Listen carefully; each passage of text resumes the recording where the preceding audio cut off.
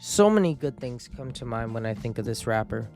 The Paganini feature, the OG Good To Go, Colossal. Don't get me started on the completely forgotten but incredible drop it verse. You know I'm giving it 7, I'm chopping up just a couple little things rubbing off like a hanging for the 7, chopping and breaking and cutting up everything that is steady grinding and but they gon' pop it off. Better cause the killer can come in and kill a couple of things, but the first gonna be the flip. You know I'm steady working and hurt him and maybe you murdered the little And his mid yet memorable Loose Cannon trilogy, among many other amazing accomplishments with his almost trademarked fast-paced verses. But the one thing I never hear when people talk about Canon is his gem of an album, Home. Why is that? It's such a good album that I see as a pillar in the CHH community, with lots of good tracks, and you know what? It needs more recognition. So that's what I'm gonna do. It's time to give this album the recognition it deserves.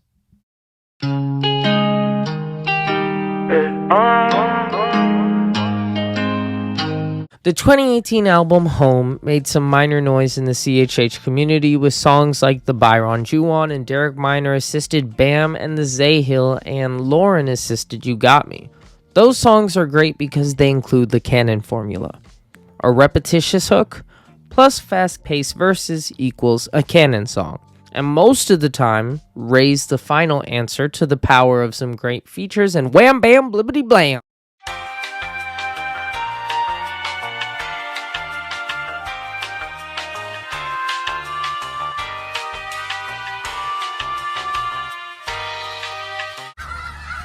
Look at all those chickens. Out of every Canon project, even up until 2022, Home is the only one to utilize this formula the best. Every song has at least one part that uses repetition without becoming unbearably annoying, though some are extremely repetitive. Pac-Man, Bam, Flex, You Got Me, We Gon' Make It, and Push Through.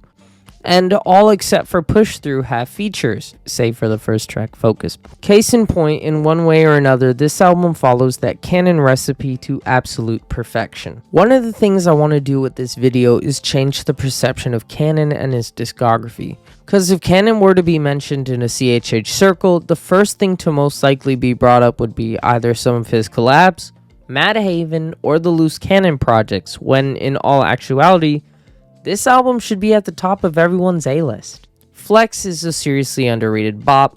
Lord of the Lies is pure gold. The Ain't Gotta Love Me collaborators give some of their best work. The title track is a chilling outro, and those two other songs I mentioned earlier, you definitely get the proverbial bang for your buck for such a short 10-track album. Most of the time when I hear a Canon record, I find myself not enjoying the entire run track of it. The problem with his projects are that they usually feel bloated and I get easily bored. Not so with this album.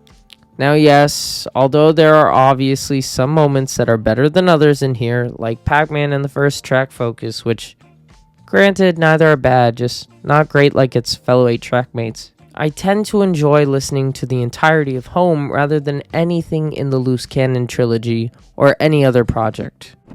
Okay, pause. I want to quickly clarify a question that you could possibly be thinking of right now, which is... Are you saying that Canon makes bad music? No, Canon makes great music. He just doesn't make great albums. There's a difference. A good album doesn't allow you to hit skip more than a few times. I hit skip on Mad Haven, Loose Cannon 1, 2, and 3, and we made it a lot.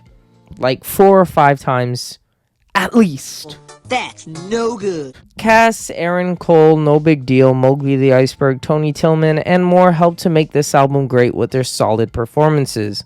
They each do what they do perfectly, with highlights being Dill's crazily catchy verse on Flex, Cass's smooth vocals on We Gon' Make It, Saron Reed absolutely slaying the beat on Lord of the Lies, and the rest of the features giving the listeners their best.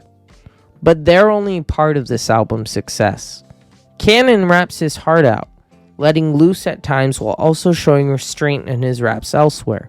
Because knowing when to go all in or not is the sign of a mature rapper, and Canon demonstrates this here, showing us that he has indeed matured. Looking at this album fairly, I've given it a 9.5 out of 10, which is by far the highest score any Canon project has received from me. It has a perfect balance of the different sounds in hip-hop, And that says something.